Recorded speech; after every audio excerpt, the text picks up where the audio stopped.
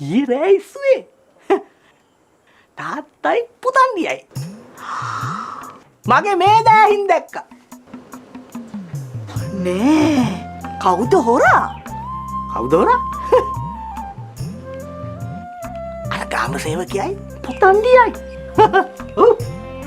හෝනේ මයුර අයියත් දැන් හොරකම් කරනවද?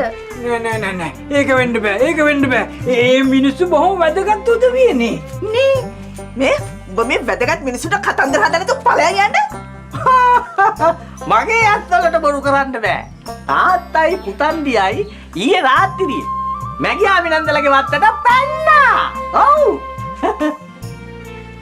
ඒක දකින්න සාපින් මාමා කොහෙද එතන හිටියේ? අනේ ඒක හොඳ ප්‍රශ්නයක්. මං උන් දෙන්නවගේ පස්සෙන් ගියේ බාක්කුව ළඟ ඉඳලා. ඈ මගේ රැකේ හරි ගියා. කවුද හිතන්නේ ගමේ ග්‍රාම සේවකයයි පුතන්ඩියයි හොරු කියලා?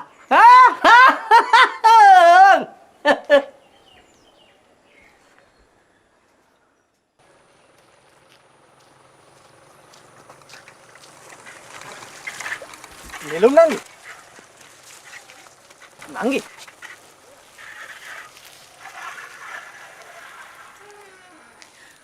අනේ අයියෝ කවුරුත් නැති තන් වල මැවිලා මම හම්බ වෙන්නේ.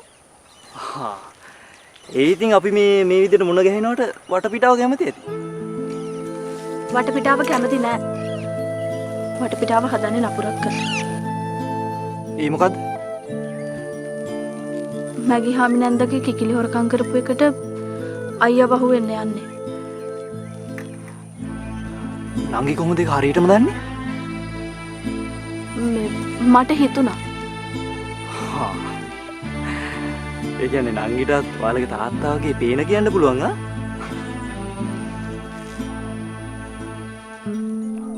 නෑ. මට කිව්වේ අමිල. අමිල? ඔව්. මං හිතන්නේ ඒගොල්ලෝ දන්නවා මැගී හාමිනන්දගේ කිකිලි ඉන්නේ ඕගොල්ලෝ ගෙදර කියලා. එක්ක යාලා ඕගොල්ලෝ වත්තට ගෙනත් දාලා තියෙනවා. එහෙම නැත්නම් ඒගොල්ලෝ දැකලා තියෙන ඔයාලා වත්තේ ඉන්නවා.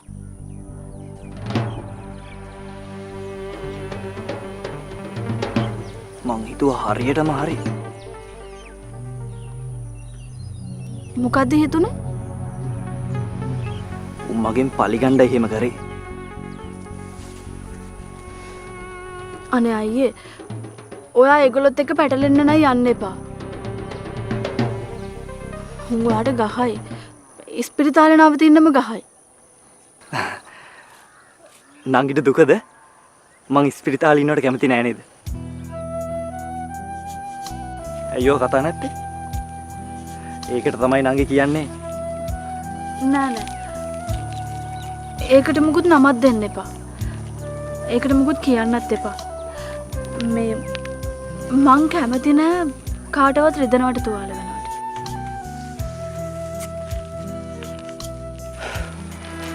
නංගි දන්නවද? ඇඟට වෙන තුවාල වලට වඩා රිදෙන්නේ හිතට වෙන තුවාල.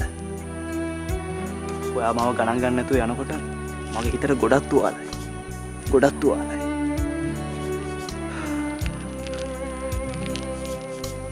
අනේ මං ගැන වැරදියට හිතන්න එපා අයියේ. මට ඉගෙන ගන්න ඕනේ. ඔව්. ඔයත් ඉගෙන ගන්න ඕන. මමත් ඉගෙන ගන්න ඕන. මේ දේවල් ඉතින් අපේ හිතවල තියාගත්තම හොඳටම ඇති.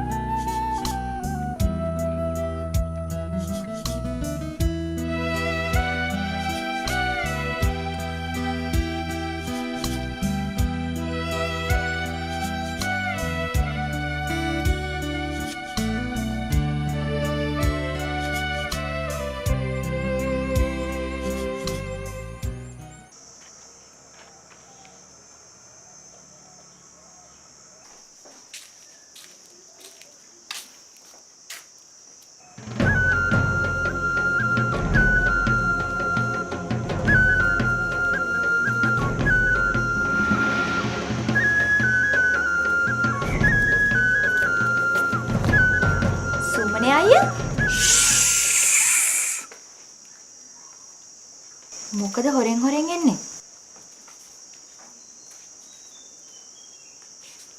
කුරුණාසේ ඉන්නවද? ඔව් දේවාලේ ඉන්නවා. සිරියලට අක්කකෝ. ඇයි? මං ආවේ වෙදාගේ විස්තරේ කියන්න.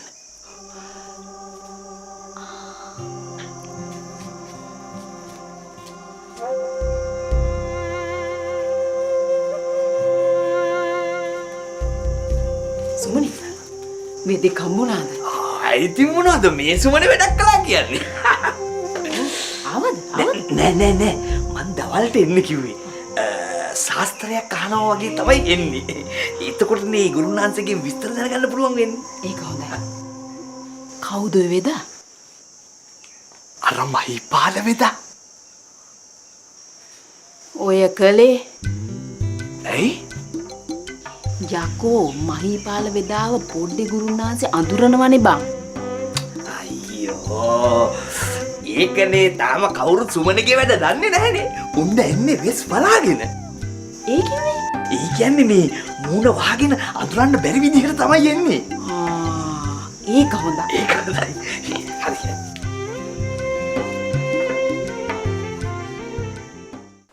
අපේ ආඳුරන්ට කියන්න මගේ පිම්බලේ හන්ද තමයි මේ මගේ කිකිලි පණ පිටින් මට ලැබුණේ. නැද්ද මං අහන්නේ? දැන් ඉතින් මැගිහාමිගේ හිතට සැනසෙල්ලක් ඇති වෙන්න ඇතිනේ. නැතුව ලොකු හාමුදුරුවන්ට කියන්නේ රාත්‍රියේ ඕ මං 4 වරක් දෙයි හාමුදුරුවන්ට 4 පැත්තට වැඳලා ඇස්පියා ගත්ත විතරයි අපේ හාමුදුරුවනේ මේන් අයිනක ඉඳන් කොක්කෝ ගගා කෙකර බානවා. මං ඇස්සරල බලකොට කිරියා පොචියෝ අම්මා කෙනෙක් දිහා වගේ මයි දිහා බලන් ඉන්නවමයි කිකිලි. එහෙම තමයි මැගිහාමි. සත්තුන්ට උනත් කෙලෙහි ගුණ තියෙනවනේ. ආවුන්ට කියන්න මම සතාව බදාගෙන ඉබ්බැඩුව පැයක් විතර වේ. තාම පිහාටු කටේ. හැබැයි මැගිහාමි වැඩි ආදරයත් එච්චර හොඳ නැහැ. මොකද දවසක අපිට මේ සේරම අතාරින්න වෙනවා කියලා හිතලා වැඩ කටයුතු කරන්න ඕන. නෑ අපේ ලොකු හාමුදුරුවනේ. මගේ කිකිලිව අරක් ගිය කාව බං අතාරින්නේ නෑ. දැන් සතා මාගාවනේ. මං කිකිලිව කුදලගෙන ගියේ කාව කුදලලා පොලිසියට දීලා තරක් ආයි පස්ස බලන්න. ග්‍රාම සේවක මහත්තයා මොකද කිව්වේ? අපෝ ඒකත් තමයි මට හැක. මොනවා? මේ අපේ ග්‍රාම සේවක මහත්තයා? අපේ ආමුදුරුවන්ට කියන්න පොඩ්ඩේ ගුරුනාසේ ශාස්ත්‍රයේ කිව්වා කිරි ගහට මෝල් ගහෙන් යනවා වගේ. ගුරුනාසේ කිව්වනේ සතා පණ පිටින් ඉන්නවයි කියලා. ආන් එතකොටනේ මට හිතට සත්‍යක් ආවේ. ඒ වුණාට මැගිහාමි ඔය චෝදනාව එච්චර සුළුපටු එකක් නෙමෙයි. ලොකු ආඳුරුවනේ මට දාස්වාරය සමාවෙන්න ඕනේ. මගේ කිකිලිව හොරකම් කරේ කා හොයාගෙන මිසක් මං ආයි මේ පන්සල් වත්තේ වැලි පා ගන්නෑ. ඕන් එච්චරයි මං කියන්නේ. එහෙනම් මට අවසර ආඳුරුවනේ. හොඳයි සුවපත් වේවා. තරින් බෑනුවේ.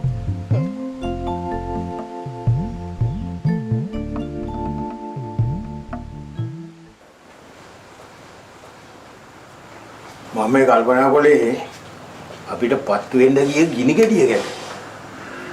මැගිහාමි කට්ටිය එක් කරගෙන ඇවිල්ලා වත්ත දිහා බැලුවේ හරියට අපි නිකන් උන්ට බොරු කරා කියලා හිතන. ඔව්නේ. උන්ද කිව්වේ අපේ වැත්තේ කිකිලියක් ඉන්නවයි කියලා හෝඩුවාවක් ලැබුණයි කියලානේ. ඇත්තටම කවුරුවත් දැක්කේ නෑ නේද? මේ ඔය කොහෙද කිකිලි හැංගුවේ? අරුන් එනකොට ඌ කෑ ගහයි කියලා හිතලා රෙදි අල්මාරියට දාලා වැහුවා. නෑ. ඌට හුස්ම ගන්න පුළුවන් වෙච්ච එකනේ පුදුමේ. ඌ කියන්නේ මේ තාපොඩ්ඩේදී හුස්ම ඉර වෙන්නේ අපේ. මට දුක සතා මගේ සාරි දෙකම ජරා කරලා. සාරි දෙක වගේ නෙමෙයි අරුන්ට අහුණා නා. පුතා කිව්වේ කවුරුවත් දැක්කේ නෑ කියලානේ. ඒක තමයි මං කිව්වේ.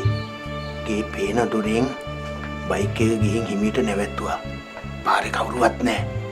කිකිලි අරන් ගිහිල්ලා වත්තට චොස් විසිකලා. කිකිලිට අවුලක් නෑනේ. අවුලක් වුණත් දැන් උන්ගේ වත්තේනේ.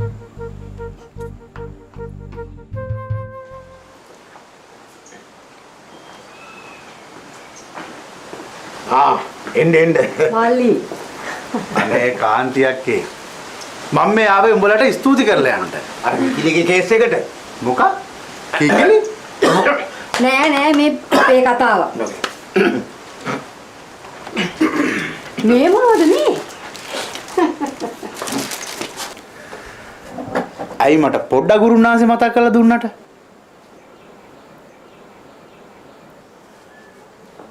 ගුරුනාන්සේ කියපු විදිහටම මම යෝජනාව දින්නා. වැඩි ඡන්ද 3කින්. ඒකනේ. ඕන්න ඕක තමයි මම කිව්වේ පොඩ්ඩ ගුරුනාන්සේ හොඳයි කියලා. මං හෙට අනිද්දාට යන්න ඉන්නේ හොඳ පූජා වට්ටියකුත් අරගෙන. අනේ හොඳයි. සාදු සාදු. මට තව වැඩ ගොඩාක් තියෙනවා හොඳට කියලා කරගන්න. එහෙනම් මං ගිහින් එන්න.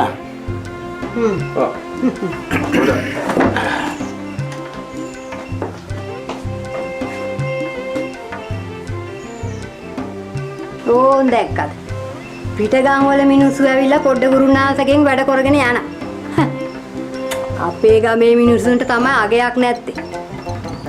ඕනිකමට කියන්න ඇති යෝජනාව දිනනවායි කියලා. මොකෝ වැරදුනයි කියලා උට අපලයක් නෑනේ. ඔය කිව්වේ. අනේ මේ මන් දන්නේ නැතුව තමුසි මොකද ඔච්චර පොඩ්ඩ ගුරුනාන්සෙත් එක්ක තරහ කියලා. මොකෝ කියලා බලන්න. කියනවා බලන්න. අනේ මින් මගේ කට අවුස ගන්න නැතුව ඉන්නවා නිකන්. කියලා බලන්න.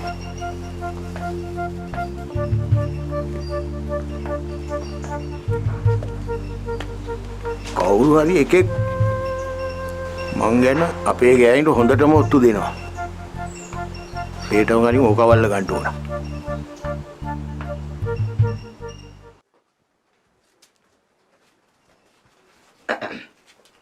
අනේ උඹටත් මං එන්න කියනකම් ඉන්නේ නැතුව ඔබ කලින් එනවනේ. හිටහන්කෝ. මං කොහොමත් උඹට දුන් ටිකක් ගහලා ගෙන්න ගන්න තමයි නැත් වෙලා හිටියේ. ගුරුනාන්සේ මේ සීය කෙනෙක් ඇවිල්ලා ශාස්ත්‍රයක් අහගන්න. හැසුමනි.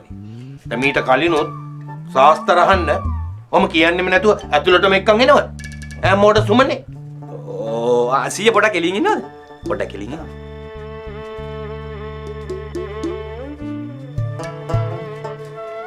උරු මේ හරකෝ. කවුරු හරි එකෙක් ශාස්ත්‍ර අහන්න විල ඉන්නවනම් මට කලින් ඇවිල්ලා කියපන්. මම මේක ඇතුලේ කුණු කෙල පෙරාගෙන නිදාගෙන හිටියනම් එහෙම. ඔව් ගුරුනාන්සේ එහෙම නිදාගෙන ඉන්නේ ගෙදර කාමරේ ඇඳේනේ. මම දැකලා තියෙනවා. පණ්ඩිත කමනන් තියනවා ඉහ වහගෙහින්. කොහේ එකෙක්ද? ගොඩක් දුර එකෙක් කියන්නේ. අනේ වන්ද මේ නැහින දෙහින කාලේ මුට මොන සාත්‍රද මං. කවන්නේ ඉතින්. සල්ලි. සීයේ එන්න. මේ සීය මොකටද ආවේ? ටිකක් කතා කරන්න. මලගියේ ඥාතියා කවුද? ගුරුනාන්සෙත් එක්ක ටිකක් කතා කරන්න. මාත් එක්ක මොනව කතා කරන්නේ? ගුරුනාන්සේට එක වෙලාවට එක අයව පේනවද? ඔව් පේනවා. මෙතෙන්ට එක වෙලාවට එක උන් එනවනේ. උන්ව පේනවා. කවුරුත් නැති වෙලාවට නිකන් කතා කරනවා වගේ දැනෙනවද? මට ඕන නම් මම කතා කරනවා. එතකොට ඒව ඇහෙනවා. නෑ නිකන් බය කරනවා බල කරනවා වගේ.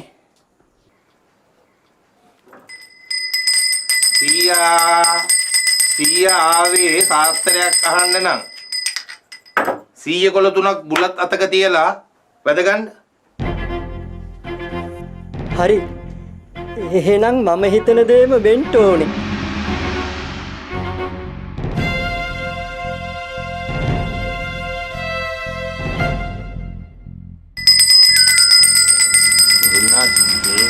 උදේ අලුත් කැසියක් තියපු පරණ ලොරියක් ලෙඩක් ගැන හොයන්න ඇවිල්ලා තියෙනවා. පියා ලෙඩක් ගැන හොයන්නද ආවේ ඕන්න හරි හරි. කාගේද මොකද්ද කියලා දැනගන්නත් ඕනේ.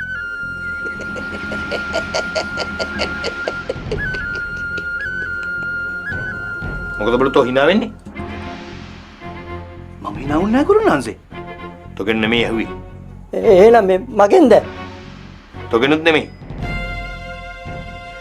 ගුරෝ මේ උඹලයි ගමේ වෙදානේ. උඹේ ලෙඩ අල්ලන්න තමයි ඔය තල ගැනලා වගේ ඔතාගෙන ඇවිල්ලා ඉන්නේ. ඈද තෝ මගේ ලෙඩ හොයන්න දාන්නේ. ලෙඩ හොයන්න.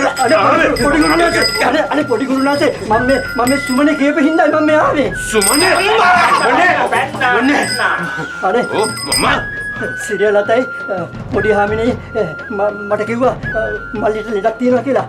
මල්ලි තනියම කතා කරනවලු. මේකයි මම මේ ආවේ. තොර අපේ ගෙදර යුන් හිතාගෙන ඉන්නේ මට ලෙඩක් තියෙනවා කියලා. හොඳයි. මම බලාගන්නකො. තෝ බල. තෝ බල. මට කිතුරු කරන්න. මම මේ බබූතෙක් වගේ hina වෙන්න එන්න එපා. ඉතින් බබූතෙක්නේ. එතකොට ගෙදර හිතාගෙන ඉන්නේ ගුරුනාන්සේට ලෙඩක් තියෙනවා කියලානේ. මම මුලදිම කිව්වා මං ගැන ඒගොල්ලොන්ට කියන්න කියලා. ඇහුවේ නෑ.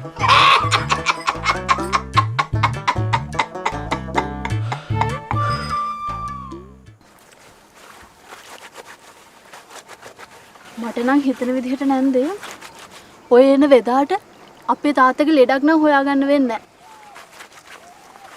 මොකද නෙළුම් ඔයා එහෙම කියන්නේ? හොයාගන්න ඉතින් අපේ තාත්තට ලෙඩක් තියෙන්න එපා. මට නම් හිතෙන්නේ එයා ඔය නිතරම කතා කරන්නේ දෙවියොත් එක්ක. එහෙම බෑනේ. අපිට ඒක ඔප්පු වෙන්න ඕනේ. නැත්තම් අපි හිතන්නේ ලෙඩක් කියලානේ. අනික ගුරුන්නාන්සයා මොකුත් කියන්නෙත් නෑනේ. ඔප්පු වෙනවනේ.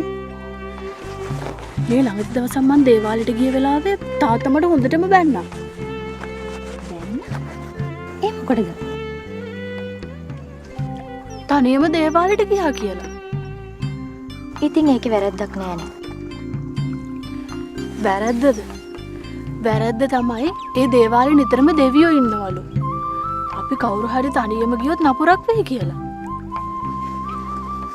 ගුරුන්නාන්සේ අයියා කවදාවත් භූතයොත් එක්ක ගනුදෙනු කරන්නේ නැහැ කියන මන් දන්නවා.